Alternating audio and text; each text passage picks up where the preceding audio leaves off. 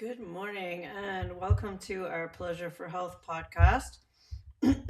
We are going to be speaking today to my 25-year-old daughter, and we thought we'd do some chatting about technology and how that impacts the younger generation in dating, and with all the social media content that's out there, how that adds to the complexity of the dating pool. So we're just waiting for her to come on. So give me a couple of minutes here.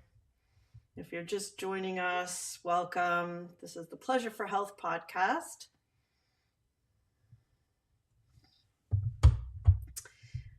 And I wonder if you are having these same thoughts about technology and AI, and how does that impact the new generation's ability to find and keep a solid relationship? Have you been wondering about that? So we will be dealing with all of that today.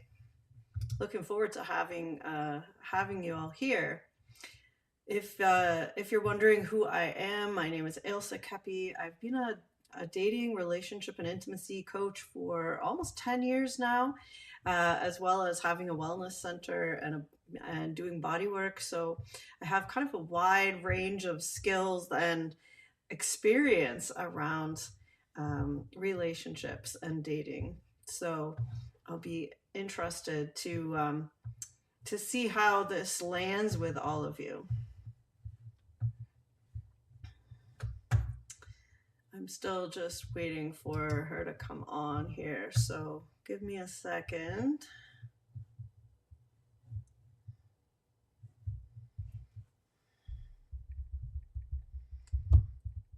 It's a Sunday, it's lazy Sunday here, the beginning of March. Can hardly believe it's already March.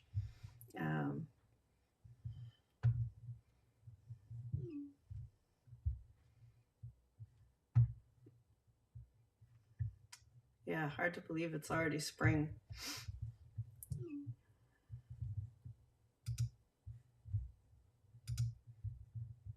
Okay, I think we're getting there.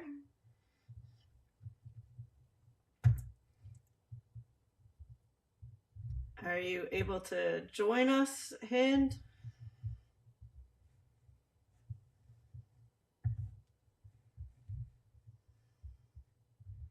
Maybe we're having some technical issues here. Just give us a few moments.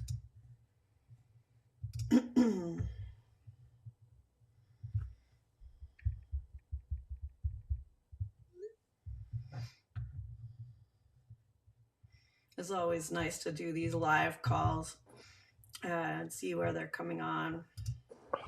Hello. There you are. Welcome. Welcome to the Pleasure for Health podcast. I was just introducing and doing a little chatting to let our listeners know we're going to be talking about technology and dating in the modern world for the younger generation. And I said you were 25 and right in the thick of all of that. So do you want to just introduce yourself, Hind? Yeah, so yeah, like she said, I'm 25 years old, currently also a university student, and yeah, just working and trying to get by in this economy. Yeah, there's definitely a lot of stress for young people today, and that's always a hard thing for relationships too. There never seems to be enough time. It's hard to find the energy and the bandwidth to even date, let alone when you're competing with all these AI girlfriends, things like that. I was wondering if we jump right into that, because I recently read an article about how, if you're bored and you're tired at the end of a long week, you don't really want to start trying to navigate the kind of relationship that requires this give and take, this clear communication, this consent, that it might be easier just to log on to Chat GPT or one of these AI experiences and just tell them exactly what you want. What do you think about that, Hind? It's interesting because, you know, when I was having, and I'm not like super pro AI. Like there's benefits for sure, but I'm obviously like skeptical myself. But I did when I was having like really bad relationship issues, I actually did ask AI its opinion, ChatGPT specifically, its opinion on what was going on at that time. And some of it was helpful, but you know, it's not gonna give you a full picture because it doesn't know the full picture. It only knows what you're telling it. So I think it can also be pretty biased and just kind of go along with what you're saying, if that makes sense.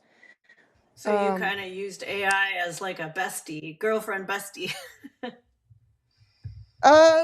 in a way, it was like one time, and then after that, I was like, well, I feel like following my intuition might be a little better, or maybe getting like other.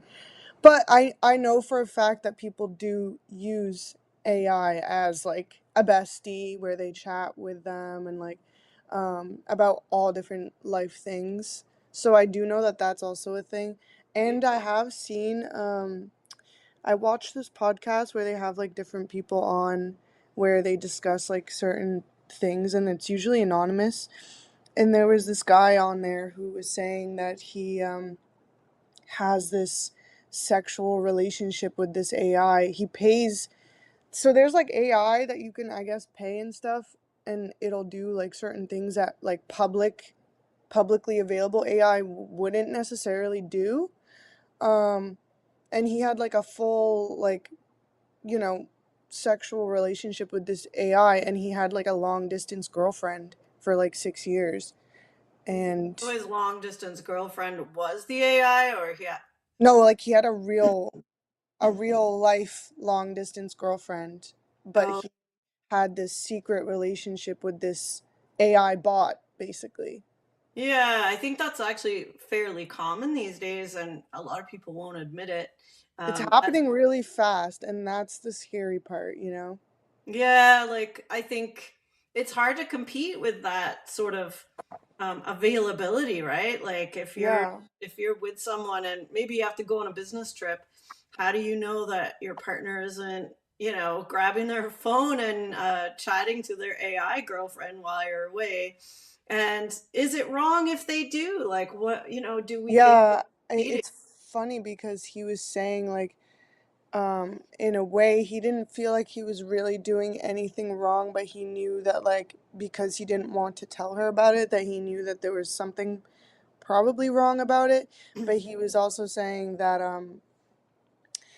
that it's like a sexual fantasy that he doesn't feel he can communicate to her, so with the AI bot he can just control, have all the control, and he doesn't have to ask for consent like you said earlier. Yeah. So yeah, it is kind of. That's interesting because a lot of the work I do with you know, with individuals or couples is really helping them talk about sex and intimacy.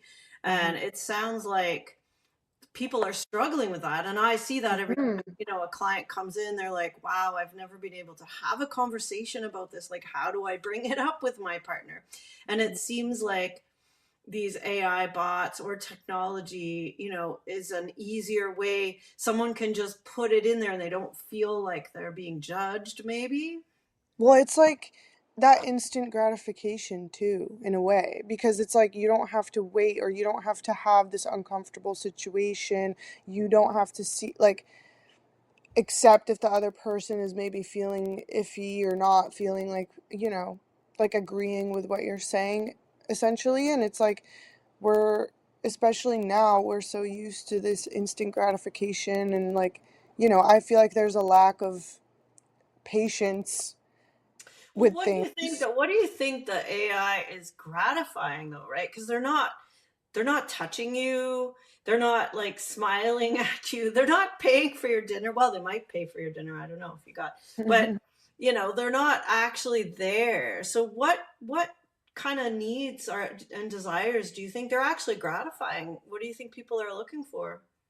It's like that connection. It doesn't have to necessarily be physical, but like even for me, like let's say when I did use it that one time to get some advice, I was really seeking like some kind of connection, or just like, I was obviously struggling with my thoughts. So that was a really easy way, without having to like wait and see if someone was available to talk or whatever, to kind of get an opinion.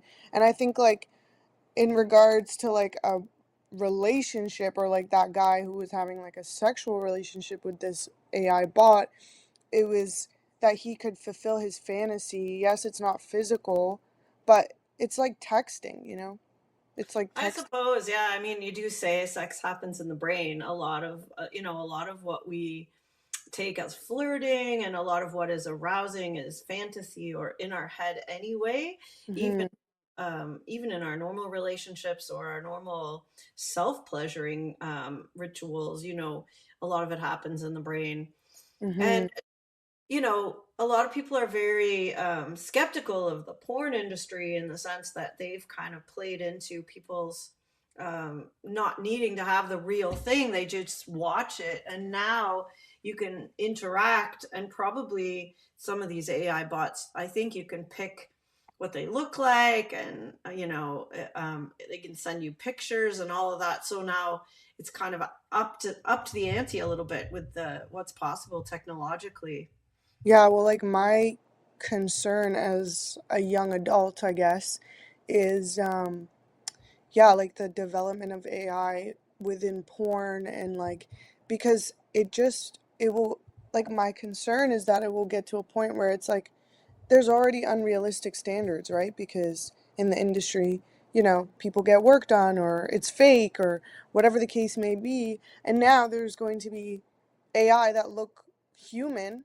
You can like barely tell the difference, and you can customize, or you can choose what they look like, or, and it's unrealistic. It's not a real human. So then what does that leave? Like, Yeah, it you know, doesn't leave much for real life. I mean, sadly, I have seen couples where, the woman was, um, well, voluntold that she was going to get breast implants, to have a more of a body that appealed to her partner. mm, Now that would take a few months. You've got to book the session, you got to go in, even whatever the ethics of that is. And I'm not saying I agree with that, but now in a couple of clicks you can make your girlfriend have whatever size boobs you want, whatever, yeah. you And know they can be like a literal, like, you know, it's impossible humanly, or it would be uncomfortable if you were a real human to have this certain size of, you know, yeah. boobs. So So it's like, what do you think this does to the human brain? So, if you're able to kind of fulfill any fantasy you can imagine in your head with this AI stuff, but then it's not real life. Like, what do you think that does to the capability of people your age to actually find a life partner, someone to settle down with?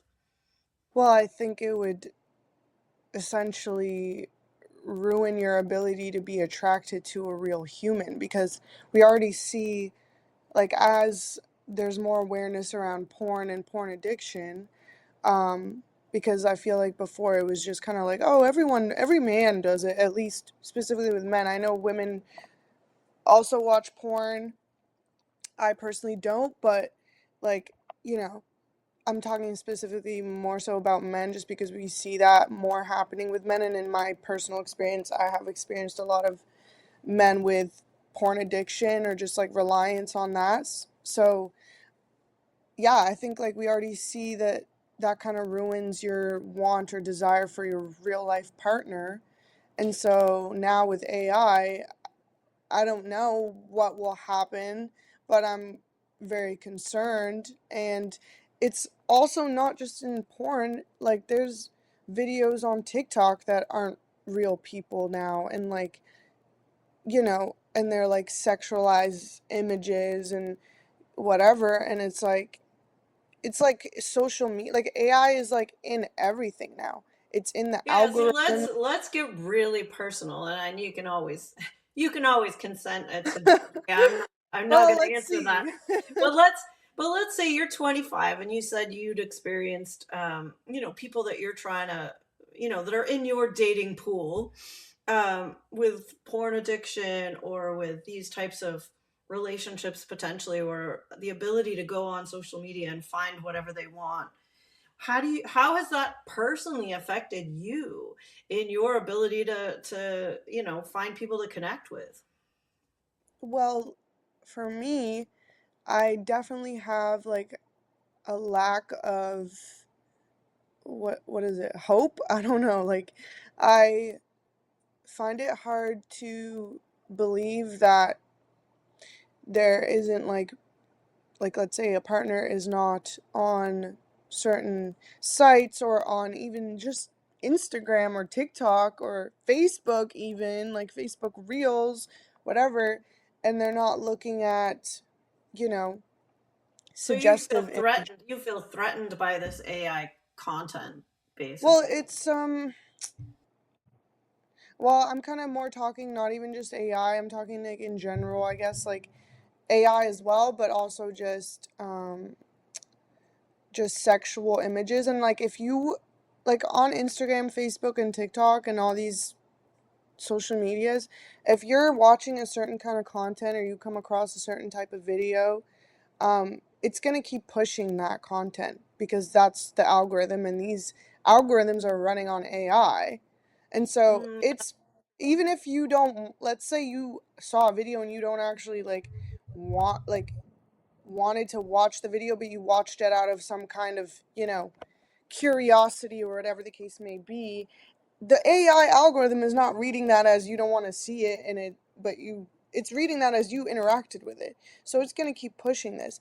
So my issue with social media is that if someone is interacting with images and videos that are sexual, they're going to keep receiving that. So even if they wanted to stop, they're going to mm. be enabled by their own social media to continue to engage in this content. And then it's like leaves the question like, okay, is this cheating? Is it not? You're constantly looking at other people's bodies and like, and I think AI is going to also impact that because it's going to add more of that content, but it's not going That's to be true. real Yeah. I people. mean, you could say that, it's kind of follows along with some of the extremism we see online these days in general. So once you start, like you said, you might just be curious, oh, I wonder what the other people are thinking, and you watch something, and then all of a sudden your feed is full Flooded. of that type Yeah. of content. So, AI or the algorithms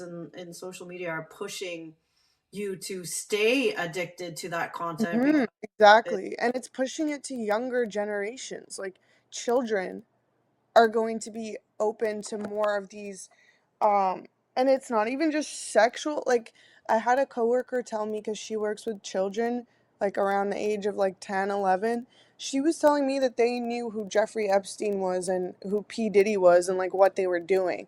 And I'm like, it's because they have, like she was saying, it's because they have phones, they have social, like they have access to this media. And it's like it's getting to be younger and younger generations that are being um what's the word, like, kind of socialized to accept that type of content as normal. or yeah, be almost desensitized to Yeah, this extreme content, or like, you know what I mean. And yeah, I've seen it where it's like children's games have ads where it's like a cartoon woman with huge boobs or a huge butt, and they're like walking on like a bridge, or you like moving them side to side to collect whatever. But it's like, why is that the imagery that you're using on a game for children that has these ads? Like it's just yeah, like, it's like that's they're true. being Because I grew up on the age of like Pac-Man. you know, they were little round circles. we're far past that. Yeah, it's interesting how how it takes it, and It's like they're society is trying to get like children, like it's like they're trying to get like younger generations like addicted to this stuff. Like I don't know what the motive is, but it's really scary. Yeah, you would wonder, after all this stuff, in the Epstein files and all these things come out, Yeah. and we look at how everything is running on technology, and you kind of wonder, well, who's running this stuff, and Yeah. how are we, like you said, normalizing this type of imagery? I mean, before, also when I was growing up, there was some magazines, but they were on the back shelf of some local store, that where the store owner knows your parents. It was pretty tough to get hold of that stuff. Yeah. And even Now, that though, like magazines at least leaves room for some imagination. Whereas like this is like it almost takes away that ability, you know?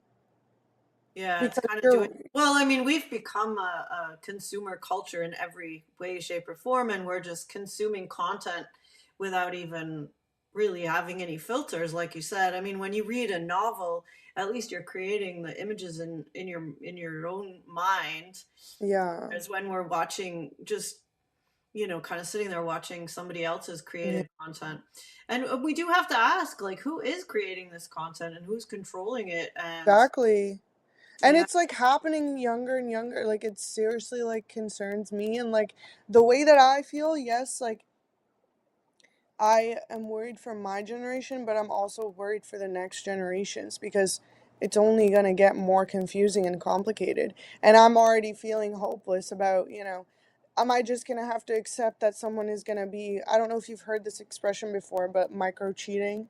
It's like, engaging in these kinds of things, but it's technically they're not going out and having sex with someone physically or whatever, but they're constantly filling their mind with other people's sexual images. And then it's like, are you just going to have to accept that? Or, like, what do you do it with is that? it is interesting. I mean, it is becoming more and more important that we learn how to take control of our own mind and our own, imagination, and that we take back our time. Like, those are really important things.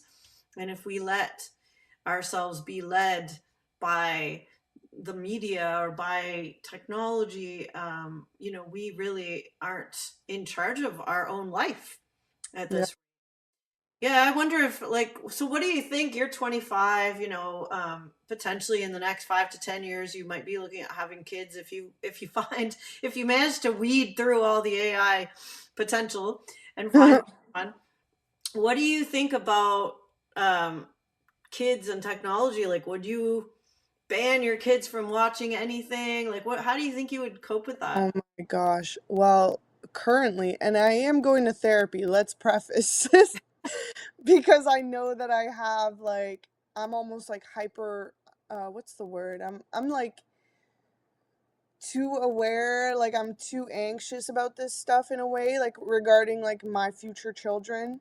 So for me, I feel currently that I would probably want to raise my children probably not in a city, like outside of a city.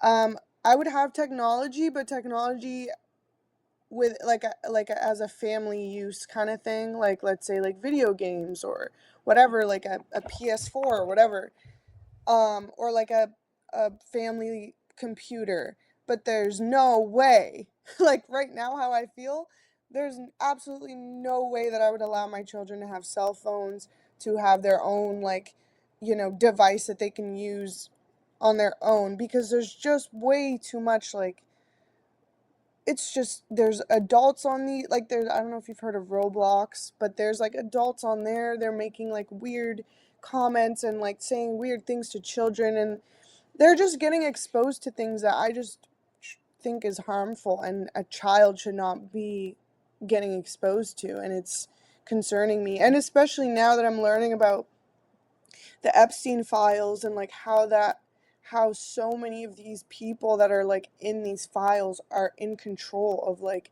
these multinational companies that own like almost everything, it feels. So it's like I don't trust that my child is safe in the hands of media.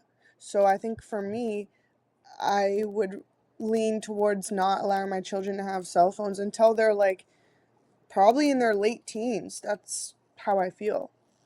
Well, I did see, yeah, I think the family computer in a public, in the living room or something, is something some families are moving towards. So you can go on the internet, but everyone can see what you're doing. Yeah. Yeah, and I have seen some cell phones again marketed that maybe don't even connect to the internet, but you can call home, you know, that. There is also these apps that you can get that block sexual content or certain content. So you can like download that and then you can like put all your devices on that. So, but it's funny because those apps also use AI to kind of like filter Yeah, well, content.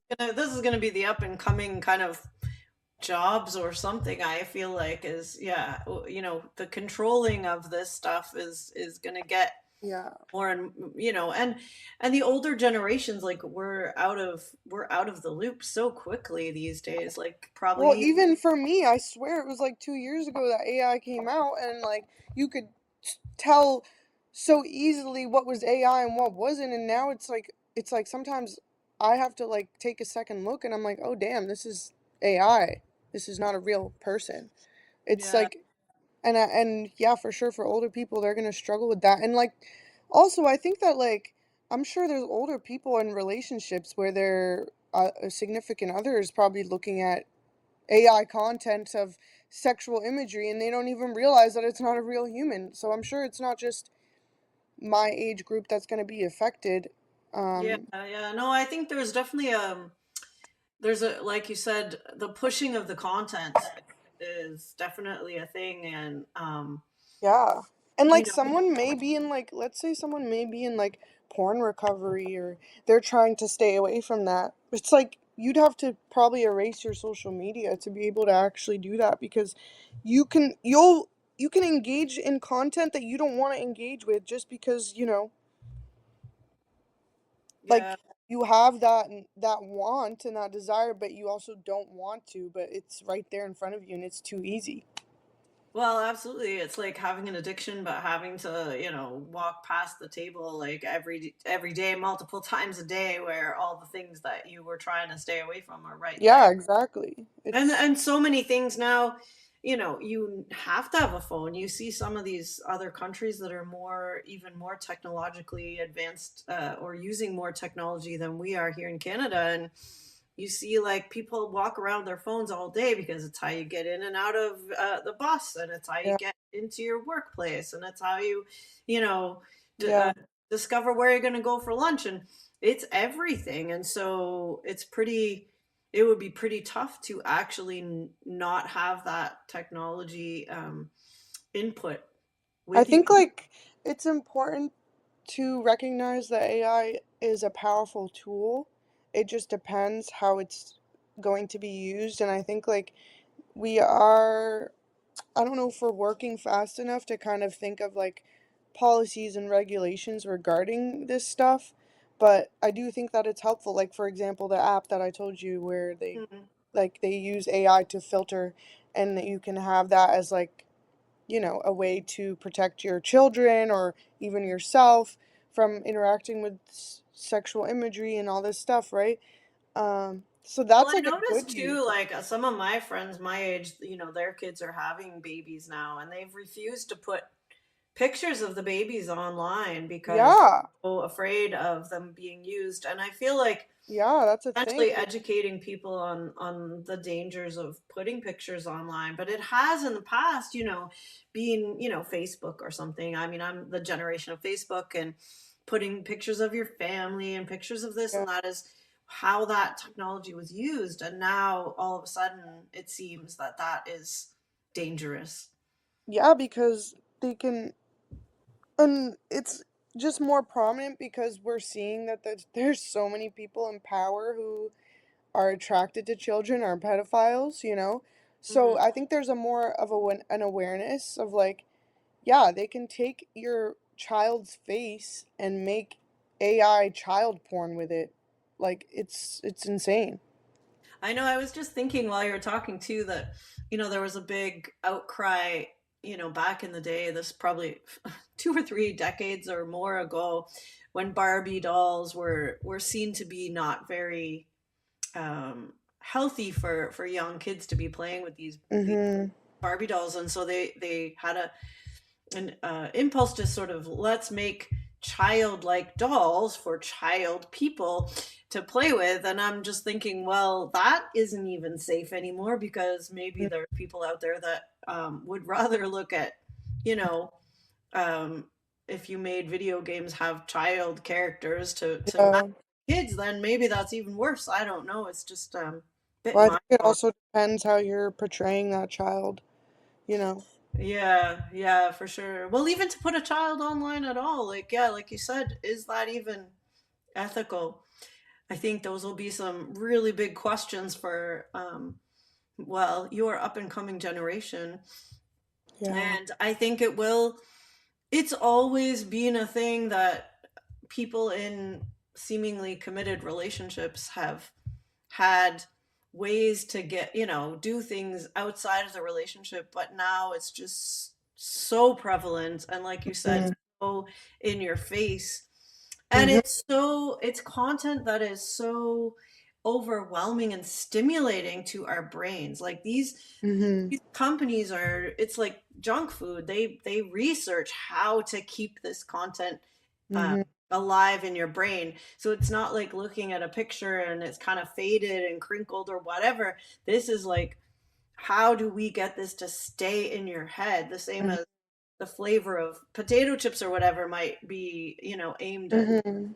making you want more. This content is getting created that makes you want more and more of this and more stimulating type of content. So we are definitely on an interesting Yeah. slope there. I So even saw a video, sorry, no, go but I ahead. just wanted to say I saw a video on my own Facebook of this. It was obviously AI to me, but when I looked in the comments, I could tell that people didn't realize it was AI. But it was like this gymnast, and it was a sexualized video. It was not like just regular gymnastics. You could tell that it was like, trying to showcase certain parts of her body, and like she did some flips or whatever. And I could tell it was AI, but when I went in the comments, I could see people, making comments about her body and stuff, and they did not even realize it was AI. And I was like, Yeah. "Oh my god." Well, I mean, I have seen, older people like be like, "Wow, I just saw a video with like three bears that came across and someone was trying to ski down this hill and the bears were right there." I'm like, "Yeah, that's AI." It doesn't happen, right?